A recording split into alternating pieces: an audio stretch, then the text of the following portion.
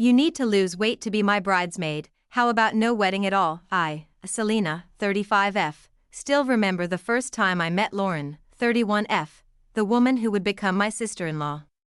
She was all smiles and charm, practically sparkling with that effortless confidence that made everyone around her feel a little smaller, a little duller. She had those perfectly manicured nails, the silky hair that always seemed freshly blown out, and a figure that looked like it belonged in a magazine. When my husband, Daniel, introduced me to her, she hugged me just a bit too tightly and whispered, "Welcome to the family, sweetie," as though she was graciously bestowing her blessing. At first, I mistook her warmth for sincerity. I genuinely wanted to be close to her. After all, she was my husband's younger sister, and Daniel loved her deeply. I imagined cozy family dinners, shared holidays, and perhaps even a bond that resembled sisterhood. But I was wrong, so painfully wrong. Lauren never wanted a sister. She wanted an accessory, someone she could toy with, belittle, and use as a backdrop to make herself look brighter. And I was her perfect target. It all started when Lauren announced her engagement to Tyler. Of course, she made a grand spectacle of it, with a professional photographer capturing her genuine surprise as Tyler knelt before her with a diamond ring that practically blinded everyone in the room. The photos made their way to every social platform, with captions like, "I said yes to forever," and "Can't wait to become Mrs. Harper." I was genuinely happy for her at first. She seemed elated, and I thought maybe, just maybe, this wedding could be a new chapter for us. But then the request started. "Selena, you'll be in the bridal party, right?" she asked sweetly one evening over dinner at my in-laws' house. Before I could answer, she placed her hand over mine, her eyes sparkling with false warmth. "It'll be so fun. And hey, we can even use this as a chance for you to shed a little weight. Wouldn't it be nice to feel super confident in your dress?" I froze. The words stung more than I expected them to. I wasn't overweight by any means, but I was curvier, fuller figured. Unlike Lauren, I didn't live on kale smoothies and Pilates classes. My job as a marketing manager kept me desk-bound most of the day, and I was perfectly content with my soft edges. I was happy with myself. Or at least I had been, but Lauren's words planted the seed of doubt. And then the subtle remarks began. At family gatherings, she'd pinch my waist lightly and giggle. "Ooh, you're so squishy. But don't worry. I'll whip you into shape before the wedding." She'd send me links to fitness influencers and fun diet plans. I laughed it off at first, thinking she was just being playful. But soon, it became clear that she was dead serious. Daniel, bless his heart, was oblivious. "She's just excited," he'd say when I complained. "She doesn't mean anything by it." But Lauren meant everything by it. By the time the wedding prep was in full swing, I had practically become her project. She arranged workouts with her personal trainer and made sure to text me right after to ask if I had gone to the gym. She began controlling what I ate at family dinners, reaching over to my plate and replacing my serving of mashed potatoes with steamed broccoli. And worst of all? My in-laws backed her completely. Daniel's mother, Carol, would smile approvingly every time Lauren made a comment about my shrinking figure. My father-in-law, James, would clap my shoulder and say, "Lauren's got you in tip-top shape, huh?" As if I were some disobedient pet that had finally been whipped into submission. I was too tired, too drained to fight back. I let it happen. I let her pick the bridesmaid dress, a slim, form-fitting gown that highlighted my new and improved figure.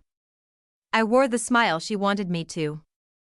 And then came the engagement party. Lauren's engagement party was everything I should have expected, extravagant, over the top, and dripping with self-importance. She had spared no expense. The venue was an upscale event hall with towering ceilings and gilded accents. Crystal chandeliers sparkled overhead, refracting the golden candlelight that flickered on every table. The walls were adorned with soft blush drapes, and delicate white roses cascaded from towering centerpieces. The air smelled of expensive perfume, champagne, and exclusivity, as Daniel and I walked in, my stomach was already twisted into knots. I had spent hours getting ready. I had carefully styled my hair into loose waves, taking care to tuck it behind one ear, showing off the delicate silver earrings Daniel had given me on our anniversary. My makeup was subtle but flattering, soft brown eyeshadow and a bold red lip.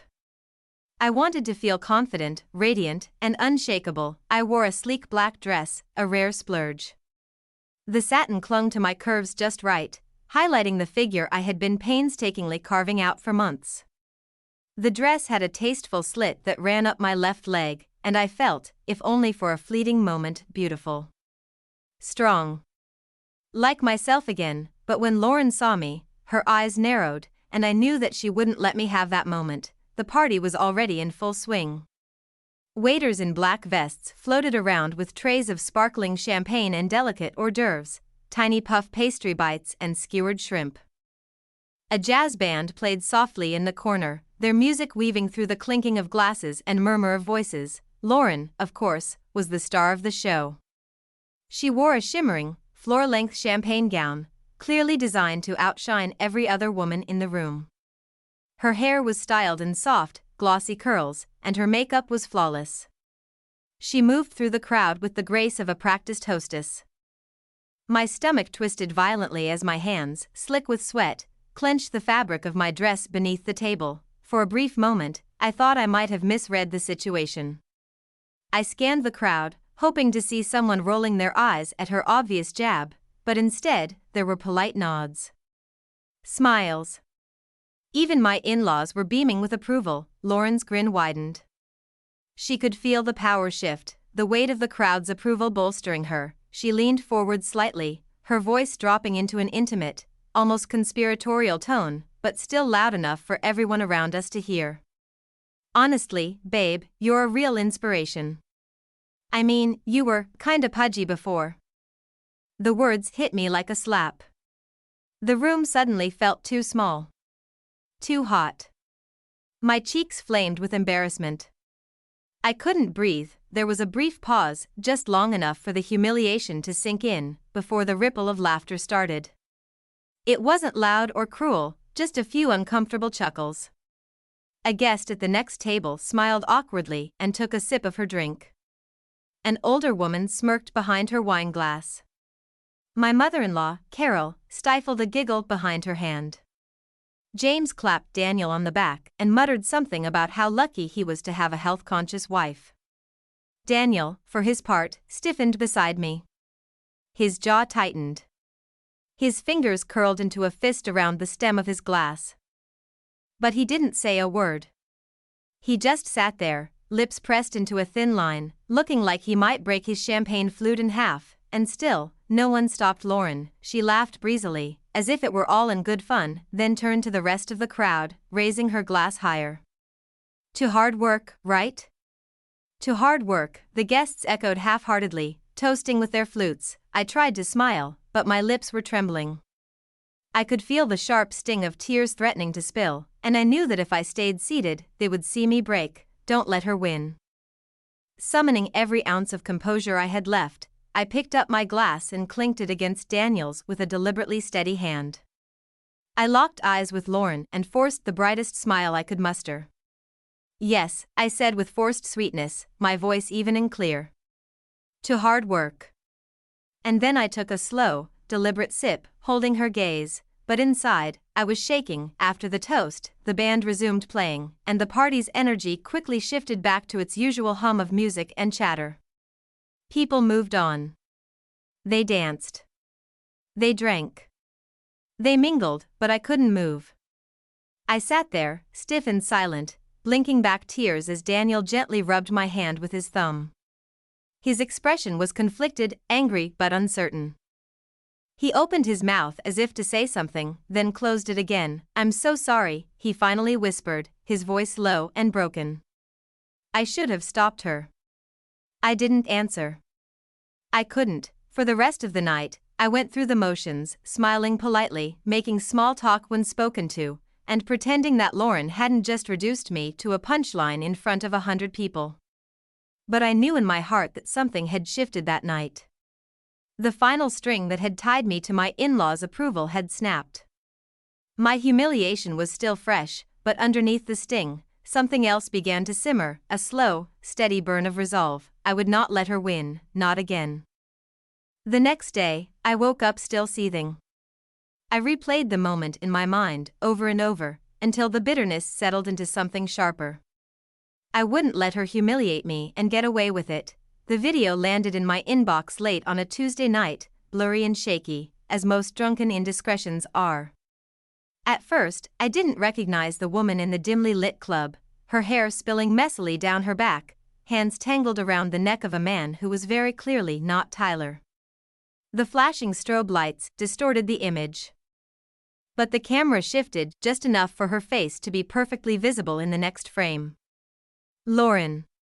The woman who had spent months berating me for my weight, humiliating me in front of my family, and parading herself around as the paragon of perfection was now sloppily making out with a stranger at her own bachelorette party. I stared at the screen, my heart pounding in my chest. My hand was trembling slightly, my thumb hovering over the play button as if I needed to see it again to confirm it was real. And when I hit play, the scene repeated itself, the flash of Lauren's diamond ring catching in the club lights, her lips pressed hungrily against the man's mouth, and the unmistakable sound of her drunken laughter. I sat there in stunned silence. For a brief moment, I felt an odd, disorienting sympathy for Tyler. I imagined him sitting at home, planning their wedding, believing he was building a future with a woman he loved, completely unaware that she was out there, shredding his trust to ribbons. But then the memory of her engagement party came flooding back, the sound of her voice dripping with fake sweetness, the room of people laughing at my expense, and the shame I had swallowed whole that night. And just like that, the sympathy evaporated. Without hesitation, I forwarded the video to Tyler. No message. No preamble. Just the video, hashtag. The fallout was immediate, by the time I woke up the next morning. The damage had already been done. My phone buzzed repeatedly on the nightstand with new notifications. I sat up groggily and unlocked the screen to find the group chat with my in-laws flooded with frantic messages. Carol, is this real? James, Lauren, call me right now. Daniel's aunt had even sent a string of emojis, face screaming in fear, flushed face with steam from nose. I rubbed the sleep from my eyes and scrolled further. My stomach twisted slightly when I saw Tyler's name. He had responded to the video with just 2 words, "It's over." Later that morning, the announcement came. Tyler's family, dignified and well-connected, had hired a PR consultant to manage the fallout. But no amount of spin could stop the whispers. Within hours, the news was everywhere. The wedding was off. Invitations were abruptly revoked. The venue, which Lauren had bragged about for months, released a public statement confirming that the event had been cancelled. Florists and caterers scrambled to adjust their bookings. Guests who had flown in early were left bewildered, making awkward, last-minute vacation plans in the same city where they were supposed to be celebrating. And just like that, Lauren's perfect day dissolved into nothingness. But it didn't stop there. The video didn't just stay in Tyler's inbox. Somehow, whether through him or a disgruntled bridesmaid, it made its way to social media. It was first shared in private group chats, then slowly leaked onto larger platforms. At first, Lauren tried to deny it. She claimed it was just a joke and that people were overreacting. But the footage was damning. It clearly showed her kissing the stranger with a little too much enthusiasm for it to be dismissed as a silly dare or drunken mistake. Her diamond engagement ring glimmered mockingly in the frame, making her betrayal impossible to refute. And then the comments started. OMG. This is Tyler's fiancé? Yikes. I feel so bad for the groom. Dodged a bullet. Wait, isn't this the same woman who posted about being blessed with the most loyal man? Skull, what a train wreck. Lauren's once flawless social media presence was now a feeding ground for ridicule. Her engagement photos, once flooded with likes and hashtag couple goals comments, were suddenly littered with snark. So, should we return the wedding gift or keep it for ourselves? Kinda awkward how you said Tyler was your soulmate. What's the new guy's name? Thinking face, her followers were ruthless. Former friends, brands she had been trying to collaborate with discreetly distanced themselves, deleting any comments she had left on their posts. Her sponsored content deals dried up. Her perfect Instagram aesthetic, the one she had so meticulously curated, was now tainted by comments of betrayal and hypocrisy. And while Lauren had once been the queen of the family group chat, she was now the pariah. Lauren's fall from grace didn't just extend to the public eye, it made its way into the very fabric of our family. Carol and James, who once doted on Lauren, were now humiliated beyond words. The same in-laws who had once sneered at me for not being as poised or refined as Lauren were now utterly ashamed of their golden child. Carol was the first to call Daniel, her voice shaking with barely contained tears. "I can't believe she would do this," she whispered brokenly, as if her daughter had been caught committing a felony rather than merely cheating. "You should talk to her," Daniel said flatly, his voice void of sympathy. "She won't answer my calls," Carol sniffled. "She's hiding." And she was. Lauren had vanished, temporarily deleting her Instagram and blocking several family members.